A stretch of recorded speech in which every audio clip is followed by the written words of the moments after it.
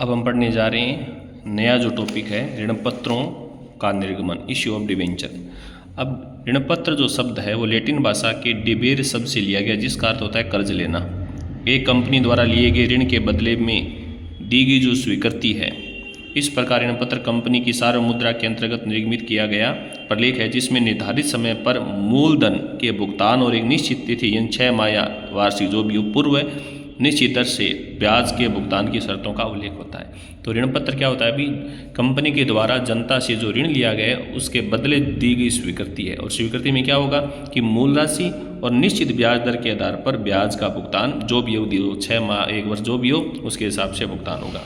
अब इसकी परिभाषा कंपनी अधिनियम 2013 की धारा 2 सबसेक्शन 30 के अनुसार ऋणपत्रों में ऋणपत्र, स्कंद, स्टॉक, बॉन्ड तथा ऋणपत्र के ऋण के प्रमाण के रूप में कंपनी की अन्य जो प्रतिभूति को शामिल किया जाता है, चाहे वो कंपनी की संपत्ति पर प्रभार उत्पन्न करती हो या नहीं, प्रभार यानी जो गिरवी रखी जाती है। अब ऋणपत्र की विशेषता कंपनी द्वारा लिए गए ऋण का प्रमाणित प्रलेख होता है। ऋणपत्र का अंकित मूल्य और ब्याज की दर जो है वो पहले से क्या होती है? निर्धारित। कंपनी की सार्वभौम मुद्रा के अंतर्गत निर्गमन है। निश्चित अवधि के पश्चात ऋणपत्रों का भुगतान कंपनी की संपत्तियों से चल प्रभार द्वारा सुरक्षित है, गिरवी होते हैं। अभी ऋणपत्र धारकों को मत देने का अधिकार नहीं होता है। यह कंपनी का दीर्घकालीन ऋण है, लोन है। अब ये है इतने प्रकार के हैं। ऋणपत्र के जो प्रकार है वो है कौन कौन से? सुरक्षा के आधार पर कौन कौन से? देखो, सुरक्षित या बंधक ऋणपत्र, असुरक्षित साधारण ऋणपत्र, अवधि या शोधन के आधार पर, मोचनीय शोधन ऋणपत्र, स्थायी अमोचनीय ऋणपत्र या अशोधनीय।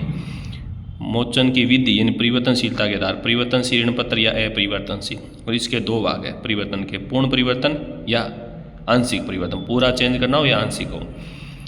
कूपन दर और ब्याज दर के आधार पर शून्य कूपन दर ऋणपत्र, विशिष्ट दर। पंजीकरण के आधार पर पंजीकृत ऋणपत्र, अपंजीकृत या वाहक है ऋणपत्र। अब इसमें आगे हैं सुरक्षा के आधार पर। सुरक्षित जो ऋणपत्र संपत्तियों द्वारा स्थायी रूप से चल प्रभार के द्वारा सुरक्षित होते हैं, मतलब गिरवी रखी होती है संपत्तियां, वो सुरक्षित है। जिनके बदले संपत्तियां गिरवी नहीं रखी जाती है उन्हें असुरक्षित या नगण्य ऋणपत्र भी कहते हैं। शोधन की जो शर्त है, जिनको एक निश्चित अवधि के बाद भुगतान किया जाएगा वो शोधनीय, जिनको कंपनी के समापन पर भुगतान किया जाएगा वो अशोधनीय। पंजीकरण, जिनका कंपनी की पुस्तकों में नाम दर्ज होता है वो कौन से होते हैं?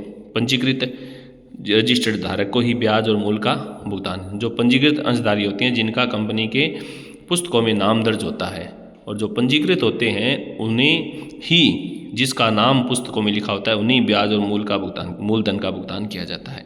वाहक जो है कंपनी पुस्तकों में नाम दर्ज नहीं होता है। ऋणपत्रों का हस्तांतरण स्पूर्दगी द्वारा किया जा सकता है। जिसको दिया जाएगा, जिसके पास इसकी स्पूर्दगी की जाएगी उसी को मूल प्लस ब्याज का भुगतान कर दिया जाएगा। उसके बाद है प्रथम ऋणपत्र। वे ऋणपत्र जिनका भुगतान पहले किया जाएगा वो प्रथम है, और प्रथम के बाद जिसका भुगतान किया जाएगा वो द्वितीय है। ब्याज, निश्चित ब्याज, जिसकी ब्याज दर पहले से निर्धारित तो वो निश्चित है, और जो बिना ब्याज के और किस मूल्य पर बट्टे बाजारी किए जाते हैं। किस बाजारी किए जाते हैं? भी शून्य ब्याज दर वाले बट्टे बाजारी किए जाते हैं, लेकिन ब्याज की दर क्या होती है? शून्य। परिवर्तन, जिनको अंशों में बदला जा सकता है वो परिवर्तन, जिनको आंशिक कुछ राशि बदली जाएगी वो आंशिक, जिन्हें पूरा बदला जाएगा वो पूर्ण। अपरिवर्तन, जिनका ऋणपत्रों में वैसे ऋणपत्र जिनका अंशों में परिवर्तन नहीं किया जा सकता, जिनको हम अंशों में नहीं बदल सकते, वो कौन सी? अपरिवर्तन। अब इन दोनों में अंतर। अंशधारी तो कंपनी के मालिक, ऋणपत्रधारी ऋणदाता, इनकी अंश पूंजी का हिस्सा है, ये ऋण की स्वीकृति है। ये दीर्घकालीन है, स्थायी पूंजी है। ये दीर्घकालीन, अल्पकालीन, मध्यकालीन, अल्पकालीन तो नहीं होती है, दीर्घकालीन मध्यकालीन हो सकती है, और अस्थायी है। ये स्थायी है, ये अस्थायी है मेन तो, बाकी दीर्घकालीन तो दोनों ही है। इन पर लाभांश होता है, इन पर ब्याज होता है। इनको भुगतान नहीं किया जाता, क्योंकि मालिक की बात करें, ऋणपत्रों का भुगतान किया जाता है। अभी इनको बट्टे बाजारी नहीं किया जा सकता, इनको बट्टे बाजारी किया जा सकता है। ये सुरक्षित नहीं है, इनको संपत्ति द्वारा सुरक्षित रखा जा सकता है, गिरवी रखी हुई होती है संपत्तियाँ। अंश अन्य प्रतिभूति में परिवर्तन नहीं किए जा सकते, इनको परिवर्तन किया जा सकता है। इनको मतदान देने का अधिकार है, इनको मत देने का अधिकार नहीं है। अंशों में विनियोग पर जोखिम अधिक होती है, ऋणपत्रों जोखिम कम है। क्यों? क्योंकि अंशों पर तो लाभ होने पर लाभांश मिलेगा, लेकिन ऋणपत्रों पर चाहे लाभ हो या हानि ब्याज का भुगतान होगा।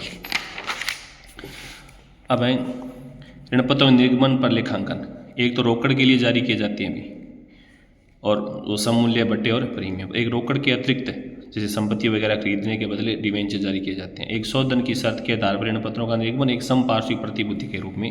देखो ये इतने प्रकार से ऋणपत्रों का निर्गमन होता है। अगर हम एकमुश्त राशि के लिए यानी जो भी नगद के लिए जारी किए लेकिन अगर एकमुश्त राशि लेना चाहते हैं तो पहले 2 एंट्री होगी एप्लीकेशन वाली, bank account DR to debenture application allotment, debenture application and allotment to debenture. अगर बट्टे पर हो तो ये दूसरी एंट्री चेंज होगी, उस पहली तो सेम ही रहेगी। बट्टा क्या होगा डीआर, प्रीमियम क्या हो जाएगा CR. Discount on issue of debenture एक पूंजीगत हानि है तो पूंजीगत लाभ या स्टेटमेंट ऑफ P&L से इसको उसी वर्ष अप्लीकित किया जाएगा, ये जो नियमों AS 16 के अनुसार। ऋणपत्रों की राशि किस्तों में प्राप्त होने पर तो वो सभी एंट्रियाँ होगी एप्लीकेशन वाली जो भी हैं, bank to debenture application, application to debenture, allotment की सममूल्य, बट्टे पर और प्रीमियम पर ये एंट्री होगी। डिवेंचर अलॉटमेंट टू डिवेंचर, बट्टा डीआर होगा क्योंकि हानि है, debenture allotment discount on issue of debenture to debenture, और प्रीमियम सीआर होगा क्योंकि फ़ायदा है, तो debenture allotment account DR to debenture to securities premium. प्राप्त होने पर bank account DR to debenture allotment. First call की सूचना debenture first call to debenture, प्राप्त होने पर bank account DR to debenture first call. उसके बाद ये ध्यान रखना है डिवेंचर जो है अगर 12 माह से पहले तो वैसे होता नहीं है, डिवेंचर ज़्यादातर क्या होता है नॉन करंट ही होता है। अभी कौन सा होता है नॉन करंट, नॉन करंट ही होता है। तो नॉन करंट लाइबिलिटीज़ और अदर कौन सी है अभी, नॉन करंट लाइबिलिटीज़ में कौन सा भाग होगा non other non current long term borrowing होगा। अभी इसकी ये क्या होगा लॉन्ग टर्म ब्रोविंग होगा, नॉन अदर में नहीं आएगा, ये आएगा लॉन्ग टर्म ब्रोविंग में।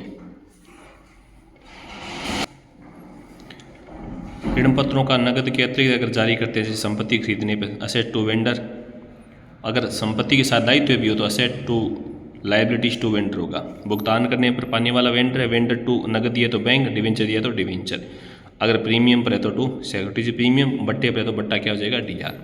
ऋणपत्रों की संख्या ज्ञात करने का सूत्र, विक्रेता को देय राशि बट्टा प्रति ऋणपत्र निर्गमन मूल्य, और निर्गमन मूल्य कैसे तय होता है अभी जो भी हमारा अंकित मूल्य है प्रीमियम जोड़कर भाग देना है, बट्टा घटा के भाग देना है, तो ये ध्यान में रखना है।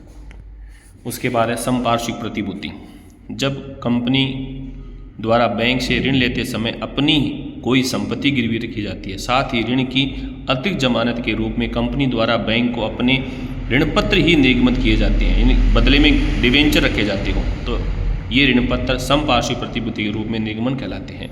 कंपनी द्वारा बैंक को मूल ऋण की राशि पर तो ब्याज का भुगतान करना होता है, लेकिन ये जो समपार्श्विक प्रतिभूति के रूप में जो गिरवी रखे जाते हैं इन पर बैंक द्वारा कोई भी ब्याज का भुगतान नहीं किया जाता है। और प्रथम और द्वितीय दो वित्तीय इसकी लेखा करने की, लेखा नहीं करने की। लेखा करने की entry bank to bank loan और ये गिरवी रखने की डिवेंचर सस्पेंड टू डिवेंचर, लेकिन लेखा नहीं करना है तो इस गिरवी रखने की एंट्री नहीं होगी, एक तो होगी बैंक टू बैंक लोन वाली, ये ध्यान में रखना। अब इनको बैलेंस शीट में किस साइड में दिखाएंगे उसके लिए नियम है,